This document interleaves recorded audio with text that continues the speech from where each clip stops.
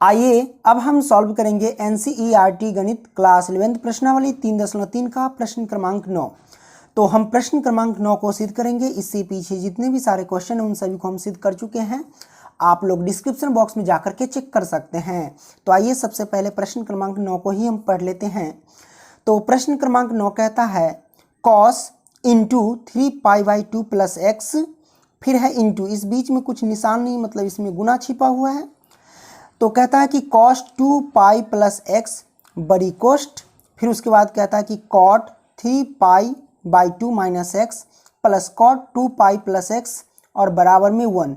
मतलब इन सभी को सॉल्व करके हमें बराबर में 1 लेकर के आना है। बड़ा सिंपल है। तो सबसे पहले आपको फॉर्मूला पता होना चाहिए कि cos 3 यानी 3π/2 प्लस एक्स बराबर क्या होता है, cos 2π प्लस एक्स बराबर क्या होता है, cot 3π/2 माइनस एक्स बराबर क्या होता है, या cot 2π प्लस एक्स बराबर क्या होता है। तो इसको हमें समझना है। देखिए अब आपको तो पता होगा कि चलो फॉर्मूला आपने याद कर लिया, कहीं भूल गए तब। तो इस फॉर्मूला को हम निकालना सीखेंगे। जो हम निकालेंगे भैया इसकी मदद से, इस चतुर्थांश की मदद से हम निकालना सीखेंगे। ठीक है, कोई दिक्कत नहीं। चलिए सीख लेते हैं आज हम। आपको पता है कि ये 0 डिग्री होता है, कितना 0 डिग्री होता है, ओके। और ये 90 डिग्री होता है, 90 डिग्री के अंतराल में चलेगा, 90 डिग्री के बढ़ते क्रम में। ठीक है, 0 डिग्री 90 डिग्री और फिर 90 दूना 180 डिग्री। ठीक है, कोई दिक्कत नहीं, यानी 90 के अंतराल में बढ़ते क्रम में जा रहा है। 0 90 180 क्या चीज़ में जा रहा है, बढ़ते क्रम में। फिर 180, फिर 9 3 27 यानी 270 डिग्री 90 डिग्री के अंतराल में। फिर 9 चौक 36 यानी 360 डिग्री बढ़ते क्रम में गया। 0 डिग्री 90 डिग्री 180 डिग्री फिर 270 डिग्री फिर 360 डिग्री बढ़ते क्रम में गया। तो ये डिग्री में है। अब इसको हम रेडियन में कन्वर्ट करें, क्योंकि हमको ना ज़्यादातर रेडियन में ही समझना है। 0 डिग्री को हम रेडियन में 0 ही बोलते हैं, इस बात को ध्यान रखना। 90 डिग्री को रेडियन में क्या बोलते हैं, π/2 बोलते हैं। क्या बोलते हैं, π/2 बोलते हैं, क्योंकि पाई का मान 180 होता है। 180 में 2 से भाग देंगे तो 90 आ जाएगा। 180 डिग्री को हम क्या बोलते हैं, सिर्फ पाई बोलते हैं। और 270 डिग्री को हम क्या बोलते हैं, तो इसको बोलते हैं 3π/2 बोलते हैं। इस बात को ध्यान रखना, ठीक है। और 360 डिग्री को क्या बोलते हैं, तो 360 डिग्री को बोलते हैं 2π। क्या बोलते हैं, 2π बोलते हैं। इस बात को ध्यान रखना, करेक्ट। आपको याद रखना है कि ये पहला चतुर्थांश है, ओके, और ये दूसरा चतुर्थांश है, और ये हमारे पास जो है वो तीसरा चतुर्थांश है, और ये हमारे पास चौथा चतुर्थांश है। ठीक है, इसमें गौर से देखिएगा, अगर ऐसे जा रहे हैं 0 डिग्री 90 डिग्री 180 डिग्री, तो ये ऐसे आ रहे हैं तो बढ़ते क्रम में है। लेकिन 360 डिग्री 270 डिग्री 180 डिग्री मतलब रिवर्स ऐसे जाएंगे उल्टा, तो ये घटते क्रम में होगा। बढ़ते क्रम में कब जाते हैं, जब कोई भी चीज़ हमें प्लस में दिया रहता है और कोई भी चीज़ हमको माइनस में दिया रहता है, तो हम घटते क्रम में जाते हैं। इसका हम पूरा क्लियर करने वाले हैं, कोई दिक्कत नहीं होगा। ठीक है, चलिए। आपको पता है कि पहले चतुर्थांश में सभी यानी जितने भी होते हैं त्रिकोणमितीय फलन जितने भी होते हैं सारे के सारे प्लस में होते हैं। तो ए रखो आफ्टर स्कूल टू कोचिंग, ठीक है। इससे क्या होगा पता कि ए से ऑल यानी सारे त्रिकोणमितीय फलन जो होंगे पहले चतुर्थांश में वो प्लस में ही होंगे, याद रखना। जैसे त्रिकोणमितीय फलन 6 है, साइन कॉस कॉसेक है ना, टेन कॉट कॉस सेक है कि नहीं, ये सब जो भी मैंने बोल दिया कोई अलग बात है। ठीक है, अब देखो इसमें क्या क्या होंगे प्लस में। दूसरे चतुर्थांश में देख लेना, एस है ना, तो साइन और साइन का उल्टा क्या होता है, कॉसेक। तो साइन और कॉसेक जो होंगे भैया वो होंगे क्या चीज में, प्लस में। बाकी सारे निगेटिव होंगे यानी माइनस में होंगे। ठीक है, टी से टेन और टेन का उल्टा कॉट, तो टेन और कॉट जो होंगे वो सारे के सारे क्या चीज में होंगे, प्लस में होंगे। बाकी सारे के सारे निगेटिव में होंगे। सी से कॉस और सेक जो होंगे भैया वो क्या चीज में होंगे, तो वो प्लस में होंगे। ठीक है, बाकी सारे निगेटिव में होंगे, इस बात को ध्यान रखना। चलिए अब सूत्र का हम निर्माण करते हैं। ठीक है, तो चलिए कर लेते हैं। पहला सूत्र का निर्माण करते हैं कि cos 3π/2 प्लस के x बराबर क्या होगा। तो ये फॉर्मूला में देखिएगा कभी कभी कॉस यहाँ पे कॉसे रह जाता है और कभी कभी कॉस जो होता है वो साइन में बदल जाता है। इसके पीछे रीजन है। इस ग्राफ में देखोगे तो एक्स वाले, देखो ये एक्स वाले हैं, ठीक है, ये एक्स वाला अक्ष है और ये जो है हमारे पास वाई वाला अक्ष है। क्या है? वाई वाला अक्ष। तो वाई वाले अक्ष पे चेंज होता है, वाई वाले अक्ष पे ही चेंज होता है, इस बात को ध्यान रखना। तो हम देखेंगे वाई वाले अक्ष से अगर हम सॉल्व कर रहे हैं तो चेंज करेंगे, नहीं तो नहीं करेंगे। जैसे कॉस है 3π/2 + x है, इसका फॉर्मूला क्या होगा? तो हम सबसे पहले देखेंगे 3π/2 है, तो 3π/2 कहाँ है वो हम देखेंगे। तो आप देख सकते हैं यहाँ पे 3π/2 यहाँ है, इसका मतलब वाई अक्ष पे आया, तो इसका मतलब ये हुआ कि 100% चेंज होगा सूत्र। ठीक है, ये कॉस है वो साइन में बदल जाएगा। ठीक है, क्योंकि ये जो हमारे पास है भाई 3π/2 जो है वो वाई वाले पे है। ठीक है, ये हो गया। अब हम पता करते हैं कि ये प्लस में होगा या माइनस में होगा। तो सबसे पहले ये एक्स है ना, तो हम वो थीटा के स्थान पे एक्स लिख देते हैं। अब ये पता करना है कि ये माइनस का होगा कि प्लस का। तो हम देख रहे हैं कि 3π/2 में कुछ ऐड हो रहा है, यानी कुछ बढ़ रहा है। जब भी ऐड होगा तो हम बढ़ते क्रम में चलते हैं, इस बात को ध्यान रखना। तो ऐड हो रहा है, तो 3π/2 यहाँ पे है और 3π/2 में कुछ ऐड हो रहा है, इसका मतलब बढ़ते क्रम में चलेंगे। जैसे कि 180 डिग्री, 180 डिग्री के बाद 270 डिग्री और 270 डिग्री के बाद 360 डिग्री आता है, तो बढ़ते क्रम में इधर जाएगा। मतलब चौथा चतुर्थांश में आ गए हम लोग। और चौथे चतुर्थांश में क्या होता है कि कॉस और सेक प्लस में होता है, कॉस और सेक प्लस में होता है। इसका मतलब ये कॉस दिया गया, इसका मतलब इसका जो आंसर आएगा वो प्लस में आएगा, तो ये प्लस में आएगा साइन एक्स। ये सब सूत्र का निर्माण कर लिया हमने। अब हम सूत्र का निर्माण करते हैं कि कॉस 2π, क्या है 2π, कॉस 2π प्लस के एक्स बराबर क्या होगा, है कि नहीं।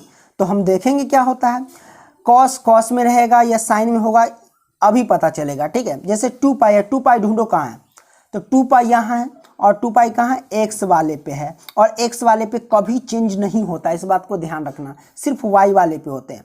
तो यहाँ एक्स वाले पे है, इसका मतलब ये कॉस है ना, तो ये कॉस से रहेगा, इस बात को ध्यान रखना। ठीक है, कोई दिक्कत नहीं। और थीटा के स्थान पे एक्स है तो हम यहाँ एक्स लिखेंगे। अब देखेंगे चिन्ह जो है वो प्लस का पड़ेगा या माइनस का। तो देखो भैया 2π में कुछ ऐड हो रहा है, यानी जुट रहा है, तो जुट रहेगा तो बढ़ते क्रम में चलते हैं। तो इसमें देखो 2π पे यहाँ 0 डिग्री है, 0 डिग्री से आगे जाओगे तो 90 डिग्री, तो बढ़ते क्रम में आ गया। तो यहाँ पे आ गया, यानी फर्स्ट क्वाड्रेंट में, पहले चतुर्थांश में। और आपको पता है कि पहले चतुर्थांश में ऑल यानी सभी त्रिकोणमितीय फलन जो होते हैं वो प्लस में होता है। इसका मतलब कॉस भी जो होगा वो प्लस में होगा, तो ये प्लस का ही रहेगा। तो इसका मतलब कॉस 2π + x बराबर जो फॉर्मूला होगा वो कॉस x के बराबर। ठीक है, आइए इसका हम फॉर्मूले का निर्माण कर लिए। अब इसका निर्माण करते हैं, कॉट 3π/2 - x का पूरा चीज़ क्लियर हो जाएगा। क्या है, कॉट है ना, हाँ कॉट है तो कॉट लिखेंगे। चलो कॉट और उसके बाद है 3π/2 - के x बराबर फॉर्मूला क्या होगा, कोई दिक्कत नहीं, समझ लेते हैं। हम देखेंगे क्या 3π/2 कहाँ है, तो 3π/2 यहाँ है, ओ वाई वाले पे, इसका मतलब चेंज होगा। तो कॉट चेंज होता है 10 में, तो हम लिखेंगे 10 और थीटा के स्थान पे x है तो हम लिखेंगे x। अब ये देखना है कि माइनस पड़ेगा या प्लस पड़ेगा, तो हम देख लेते हैं। 3π/2 है और 3π/2 ये है ना। तो 3π/2 में कुछ घट रहा है। अब घट रहा है तो घटते क्रम में चलेंगे। ठीक है, घट रहा है तो घटते क्रम में।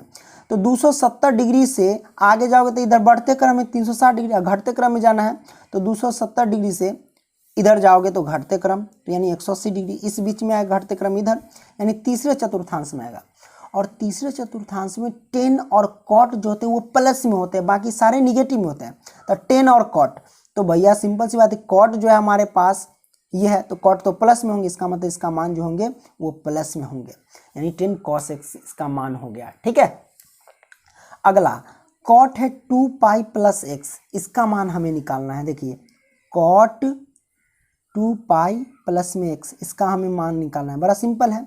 हम 2π ढूंढेंगे, तो 2π कहाँ यहाँ है, यानी x वाले पे है, तो x वाले पे है तो नो चेंज, कॉट है तो ये कॉट ही रहेगा। ठीक है, थीटा के स्थान पे x है तो x ही रहेगा।